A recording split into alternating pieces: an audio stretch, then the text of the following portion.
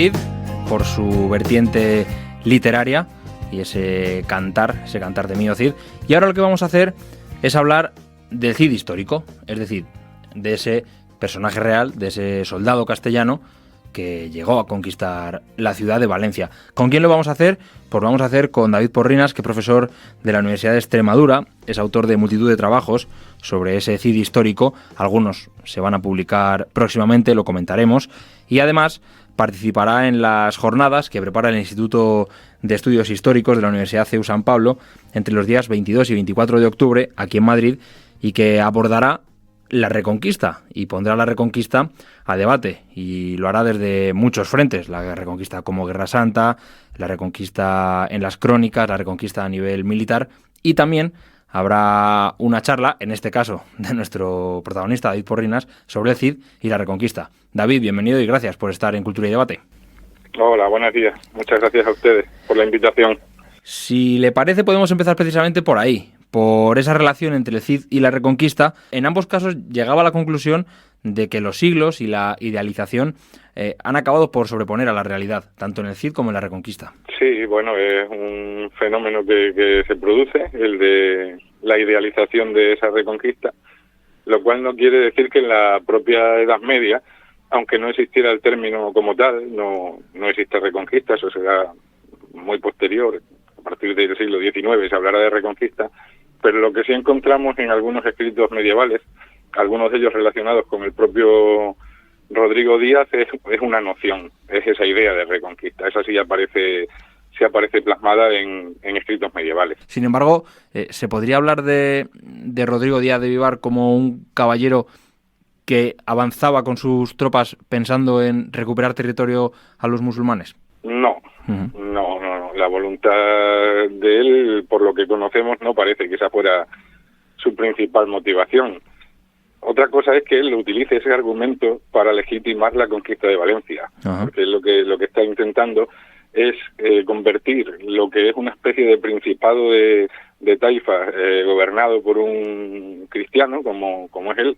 La idea es convertirlo en un reino. Uh-huh. Y para eso necesita rodearse de una legitimidad, y parte de esa legitimidad le puede venir dada de esa noción de Reconquista, que de hecho viene plasmada en un diploma de 1098, o sea, 4 años después de que él haya conquistado Valencia. Uh-huh. Él dota la catedral de esa ciudad con un nuevo obispo que se ha nombrado, y aparece en el preámbulo de esa dotación, en ese documento aparece esa noción de Reconquista.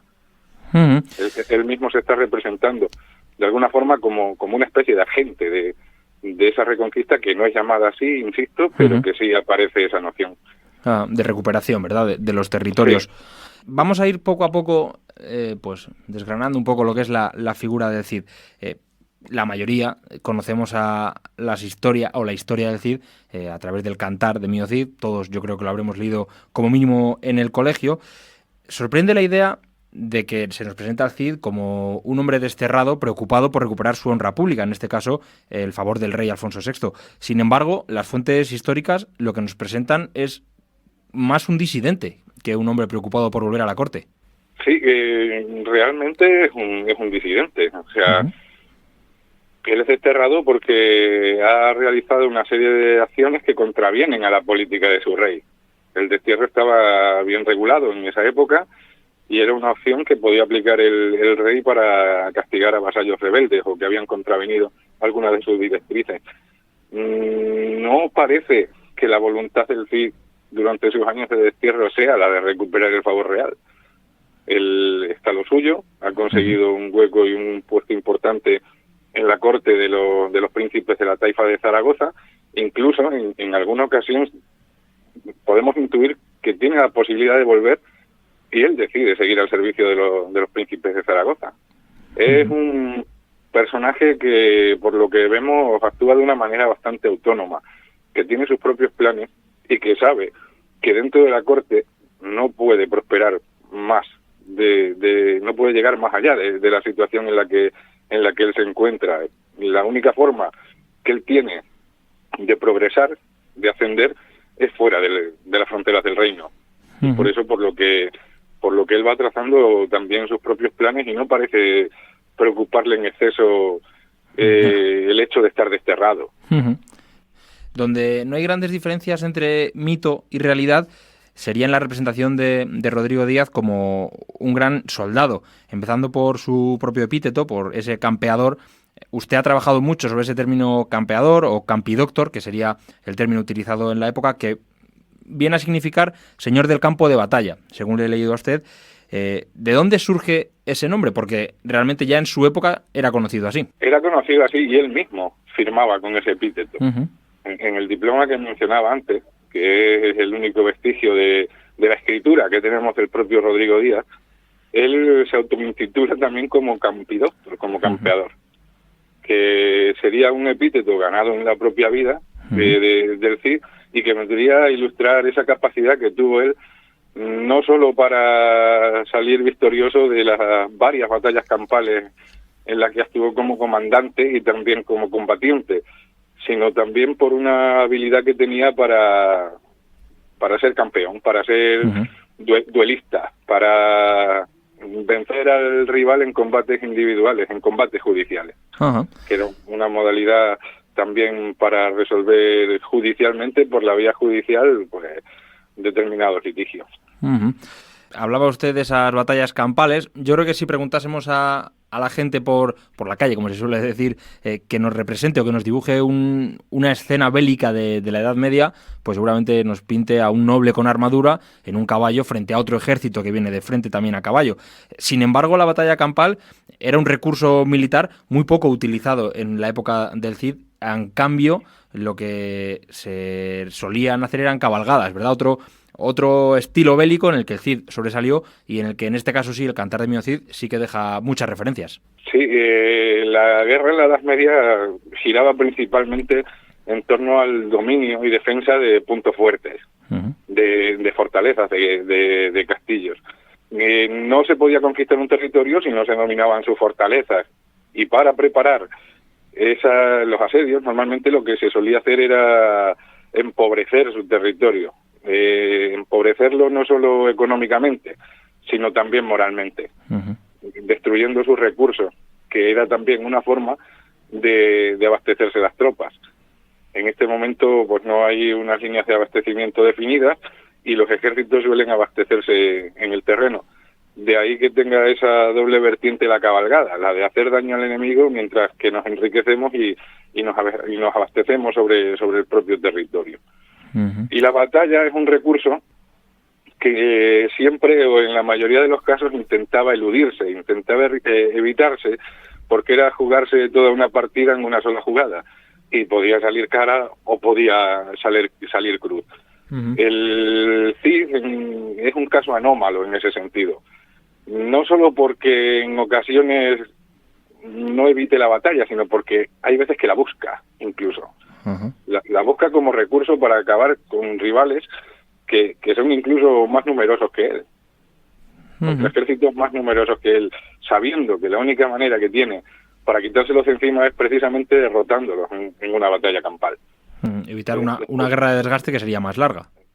Sí, o evitar en algún caso un asedio. Cuando él ya ha conquistado Valencia, es asediado por un gran ejército almorávide y sabe que si él no acaba con ese ejército a través de una batalla, ese asedio va a perdurar y no sabe si va a estar en condiciones de soportar ese asedio, porque tiene la ciudad conquistada relativamente hace poco tiempo, hay que mejorar defensas que él mismo ha destruido, hay que asegurar el abastecimiento para soportar un asedio largo, en fin, que entiende que la única manera de terminar con esa situación es precisamente planificando una batalla campal.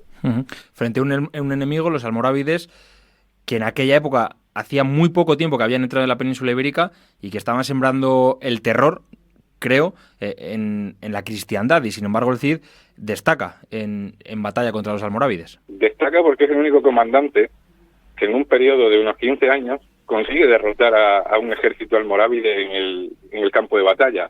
No solo una, sino en un par de ocasiones. El Cid consigue derrotar a los almorávides en 2 batallas campales, mientras que, por ejemplo, otras huestes, entre ellas huestes del propio emperador, del propio Alfonso VI, estaban siendo derrotadas por esos almorávides. En una de esas batallas muere incluso el único hijo heredero de Rodrigo Díaz, que se llamaba Diego, en la batalla de Consuegra del 1097.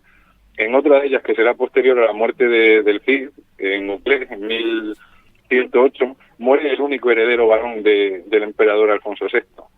En fin, que los almorávides están consiguiendo derrotar a cualquier ejército cristiano que se les ponga por delante, con la excepción de Rodrigo Díaz, que ya le digo que consigue vencer a ese adversario, que es un adversario nuevo, desconocido hasta entonces en la península ibérica, lo consigue derrotar en un par de ocasiones.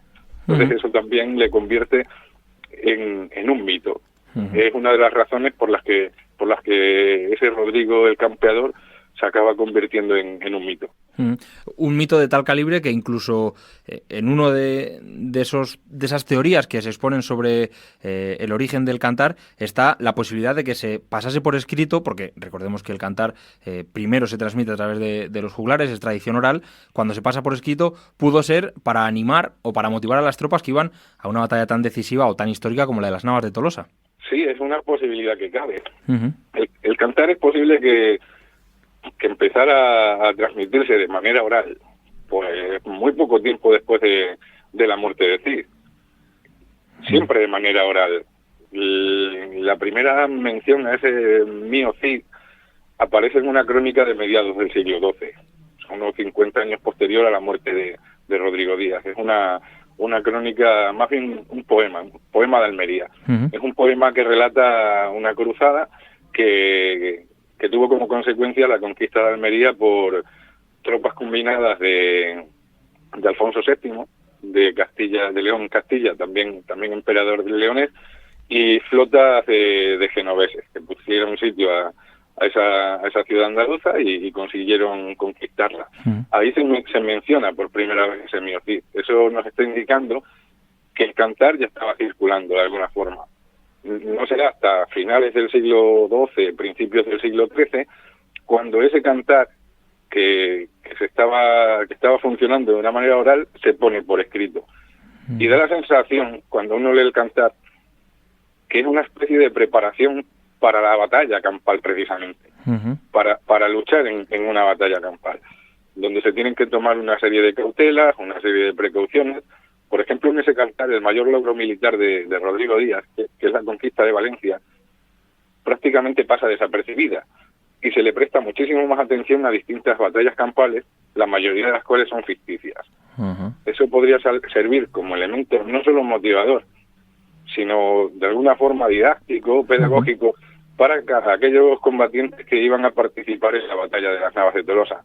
Porque ese cantar, lo que nosotros conocemos, la versión que nosotros conocemos escrita, podría haberse compuesto entre la batalla de Alarcos, una gran derrota para Alfonso VIII, y la batalla de las Navas de Tolosa, que es su gran victoria, que de alguna forma le redime de aquella anterior derrota en Alarcos, que había tenido lugar en el año 1195.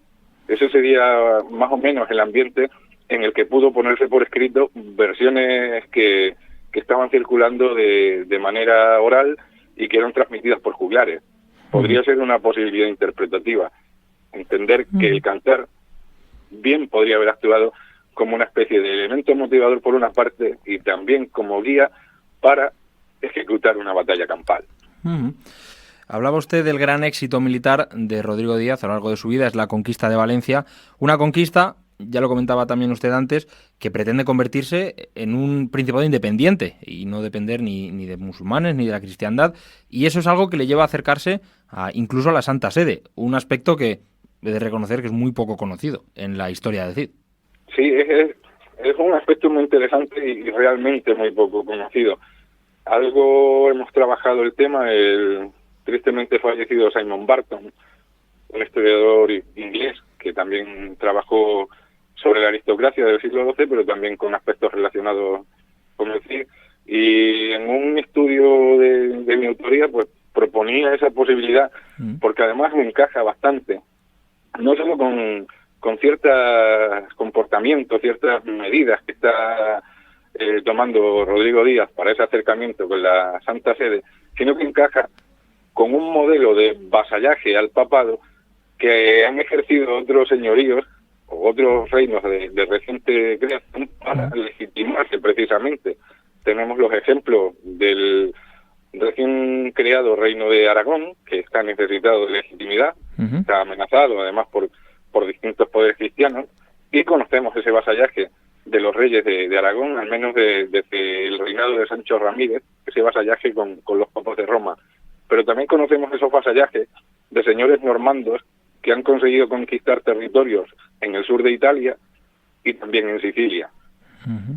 Y que precisamente el Papa en este momento quizás no tenga un poder militar, pero sí tiene la capacidad para otorgar legitimación a señoríos que se están creando en este momento gracias a la expansión de la cristiandad, gracias a la conquista. Otro ejemplo lo tenemos en la Inglaterra conquistada por Guillermo el Conquistador. También una de las primeras cosas que hace Guillermo el Conquistador es esa especie de vasallaje hacia el Papa, porque sabe que es el quien le va a proteger principalmente de las agresiones que pueda sufrir ese nuevo espacio político de otros enemigos cristianos, más que de enemigos paganos o de musulmanes, de otros enemigos cristianos que quieran frenar ese proceso de consolidación de un reino. En este momento es necesaria esa especie de autorización papal, esa especie de legitimación papal. En el caso del reino de Portugal van a pasar bastantes años hasta que venga ese reconocimiento. El Cid, por lo tanto, consigue tomar Valencia, es señor de Valencia, pero llega la muerte a Rodrigo Díaz, muerte natural, y como ocurre con otros conquistadores, sus dominios no sobreviven mucho, a pesar de esos intentos por legitimar un nuevo territorio. Se juntan varias circunstancias. Posiblemente la peor desgracia que pudo sucederle a Rodrigo Díaz fue precisamente la muerte de su único heredero varón, que hubiera sido el puntal necesario para constituir una dinastía.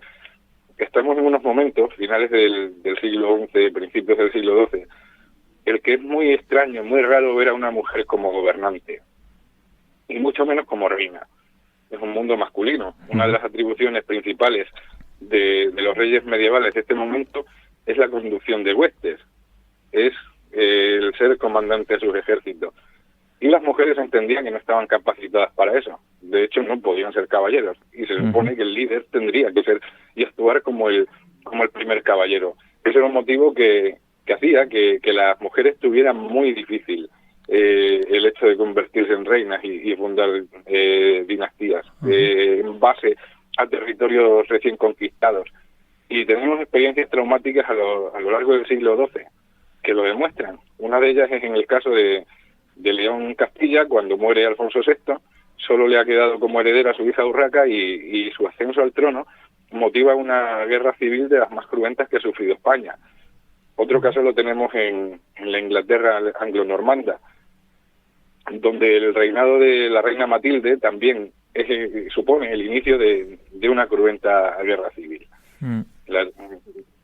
Entonces, bueno, pues, ¿qué hacer para poder conservar ese señorío? Pues Jimena lo intenta y parece que la dirección que ella sigue para al menos intentar conservar ese espacio conquistado por su marido es continuar con ese acercamiento al Papa. Lo demuestra en otro diploma que ella misma emite ya muerto su marido, y también con los casamientos de sus hijas.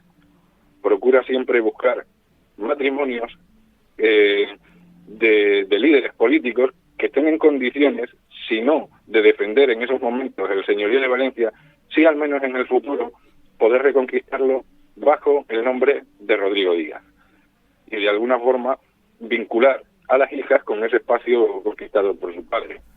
Es por eso que vendrían los casamientos con un infante de Navarra, Pamplona en estos momentos, y también con un personaje que acabaría convirtiéndose en conde de Barcelona, pues uno de los condes de Barcelona más importantes del momento también.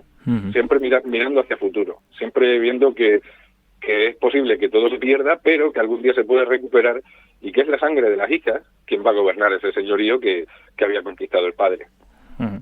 Por lo tanto, ese mito del Cid muerto a caballo ganando una batalla forma parte de ese mito que es el Cid, y que además aprovecho que supongo que se comentará en el libro que publica usted en Despertaferro, si no me equivoco, para diciembre de 2019, el Cid, historia y mito de un señor de la guerra. Lo de la batalla después de muerto es algo llamativo y curioso, Ajá. porque es algo que no aparece hasta el siglo XIII en las leyendas de Cardeña, que pues son leyendas surgidas en el monasterio de Cardeña, que quiere convertir al Cid en una especie de héroe santo, también un poco para atraer el peregrinaje, ¿no? que es algo muy típico de la época, de la Edad Media, de la época. ¿Puede tener alguna base real histórica ese mito? Bueno, pues por poder podría tenerla. Podría haberse dado el caso de que cuando en 1102 Jimena ve que no puede defender Valencia porque no tiene apoyo externo de ninguna clase, deciden destruir la ciudad para que el enemigo, el Morávide, se lo encuentre destruida, y tienen que trasladar el cuerpo embalsamado de Rodrigo Díaz para Castilla para sepultarlo allí. Quién sabe si a lo mejor en ese traslado, en esa especie de comitiva fúnebre de Valencia a Castilla, no hubo alguna especie de rifirrafe, algún tipo de emboscada, algún tipo de combate menor con el enemigo. Y de ahí surgiera un poco aquella idea de que había vencido una batalla después de muerto. Por poder ser, podría haber ocurrido algo por el estilo. Muy bien, pues lo vamos a dejar con el Cid fallecido y camino a San Pedro de Cardeña, que tanta importancia tuvo después para la difusión de la historia, ¿no? Y de la leyenda de Rodrigo Díaz. David Porrinas, muchísimas gracias, y como decíamos al principio, a final de octubre, el día 23 de octubre, aunque las jornadas empiezan el 22, podremos conocer mucho más sobre la relación entre el Cid y la Reconquista en esas jornadas que organiza el Instituto CEU de Estudios Históricos, también la Fundación Villa Cisneros en Madrid, con ese gran debate sobre el concepto de la Reconquista que, como digo, podrán escuchar en el CEU en el mes de octubre. David, muchísimas gracias por haber estado en Cultura y Debate. Muchísimas gracias a ustedes por la oportunidad de hablar del Cid campeador. Nos vemos entonces en Madrid. Gracias.